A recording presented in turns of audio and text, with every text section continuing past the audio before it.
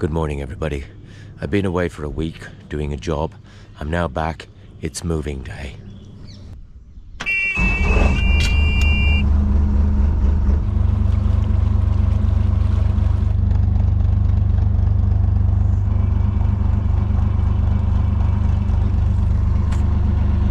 I'll be back for her later.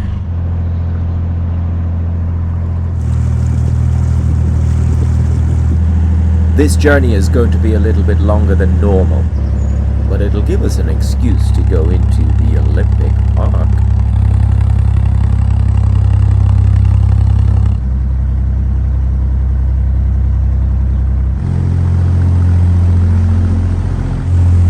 This area is known as the Bowback Rivers, and in 2012, this was the Olympic Park.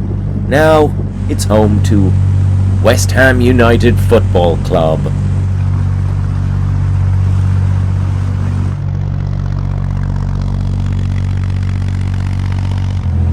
This bridge ahead is why I can't take Linda on this section of the navigation.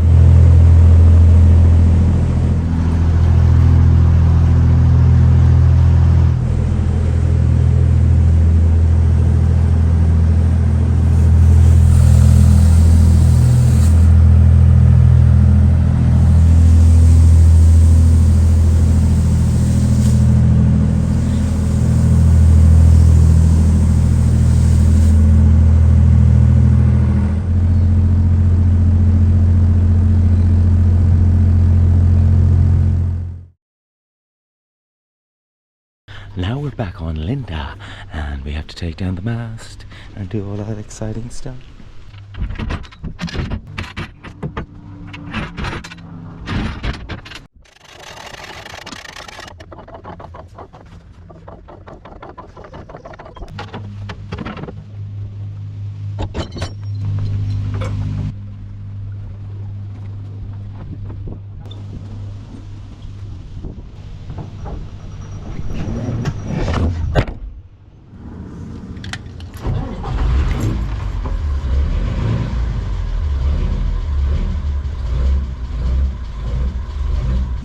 It's pretty hot today, so no problems getting the engine going.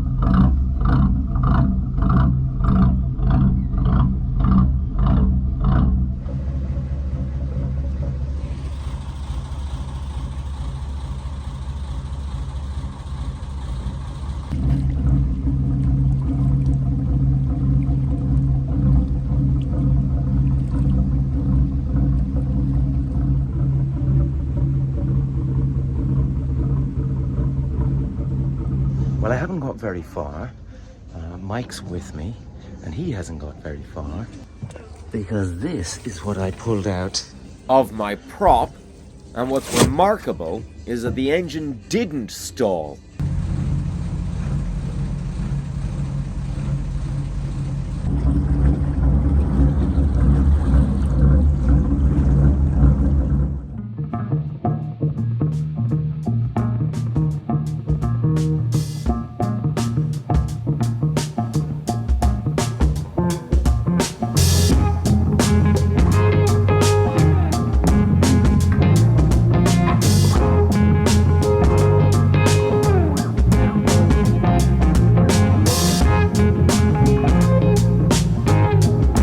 Michael found himself a nice little spot, but I have to keep going.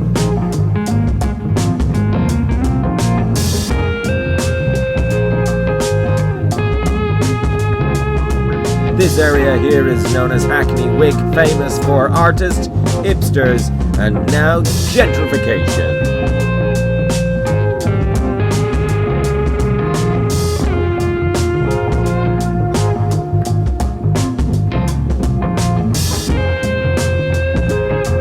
This is Old Ford Lock on the River Lee. If you take a left after the lock, you're in the Olympic Park. Linda's too big, so we're going to go straight on. Immediately after the lock, I had to pull over to get more rubbish out of the prop for the second time.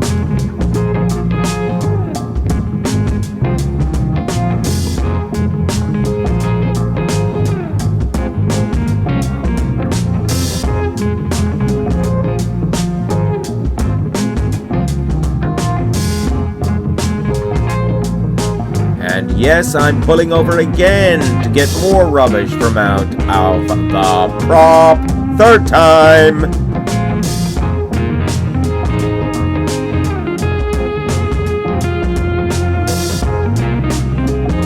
I'm probably going to have to flush the coolant system because we went up to 100 degrees on this journey. Possibly because of the rubbish around the prop and the extremely hot weather, and the canal's not exactly cold. Anyway, I crash into the tree here.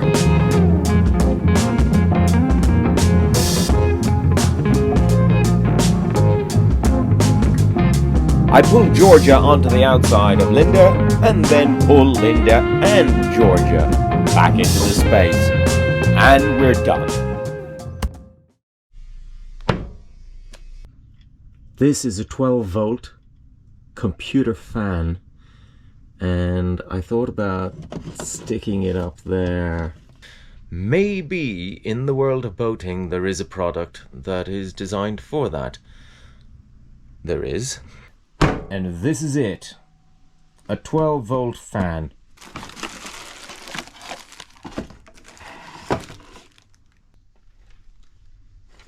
They're almost identical. The most important thing, it's got a housing, so if it ever fails, I can just take it down and replace it. There is also the added bonus of that being a 12-volt light. Only one problem.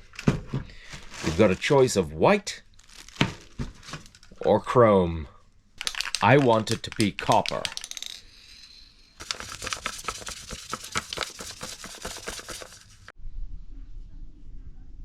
There we go. All the shininess has been removed. So hopefully this is keyed enough for the primer.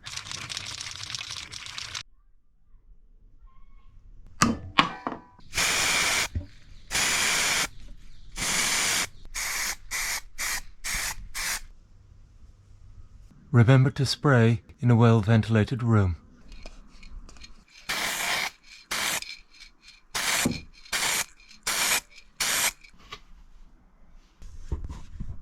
Ventilation is part of building regulations, so all the pipes and the vents match. So this makes it very easy to slide this onto this. Now I'm going to seal it into the roof of the boat. This means that any steam that passes through will be sent out and not onto the inside of the steelwork of the boat. I have to drill a hole there, and thread a wire through.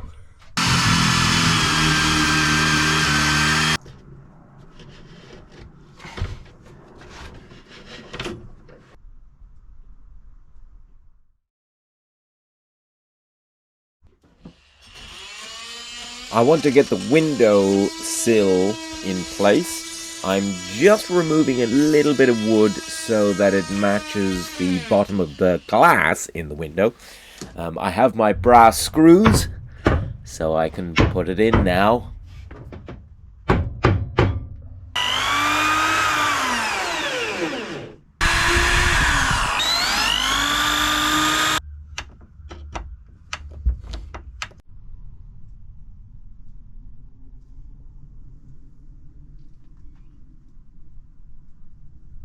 Time to seal this in with Sikaflex.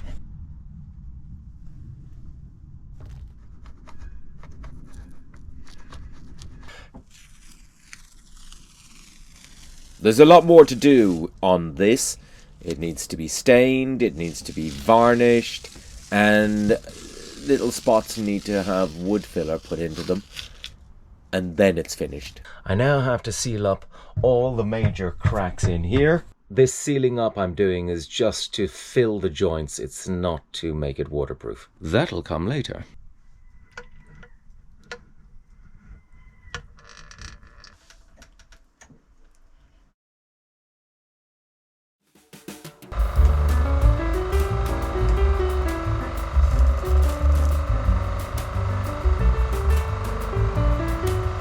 I'm just spot welding, and that's why I'm not wearing the mask. I'm literally closing my eyes and jabbing that rod in there.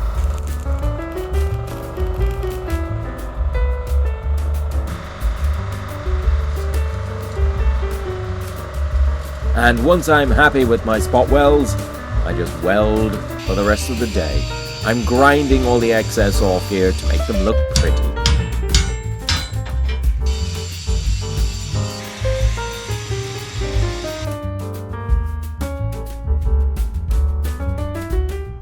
I have painted everything, but I've now decided it's not right. So when the doors come together, they should come together like that. But because of some welding error I've made, this door likes to come to there and rest, and this one can only go as far as there.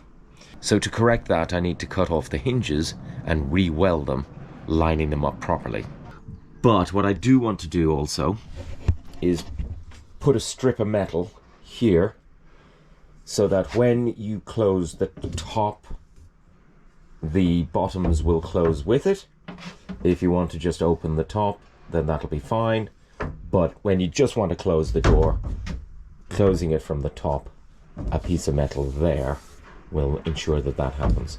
So just a last little bit of welding until I decide what I'm going to do with the latches, and then I'll probably have to do a bit more welding. But the reason I want to do this now is because I want to put the shower tray in. I don't want little bits of welding going onto the shower tray because it's made of plastic.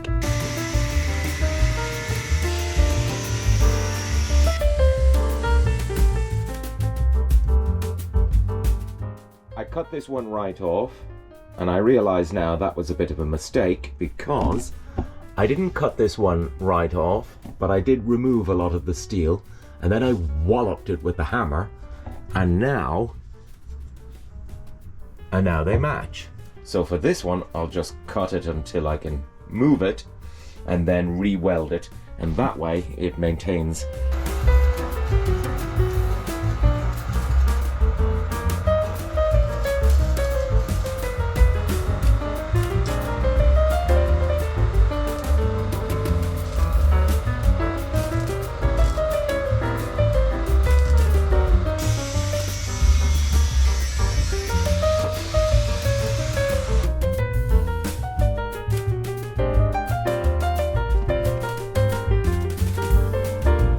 This is the bottom of the surround on the front of the shower. This will stop the shower curtain from going out onto the floor. I'm gluing it with a very, very tough sealant and grab adhesive.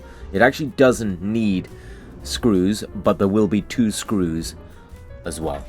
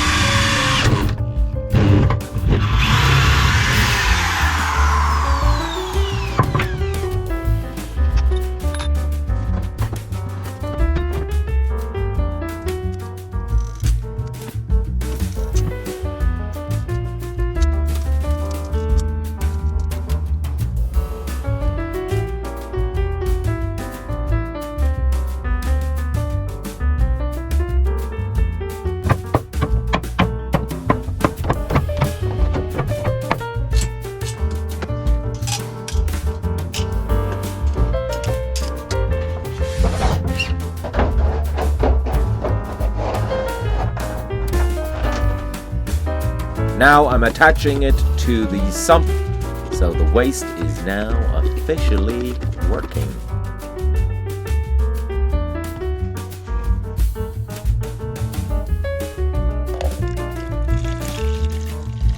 And to finish the video, this is a primer And next week we'll be tanking the shower and hopefully cladding it.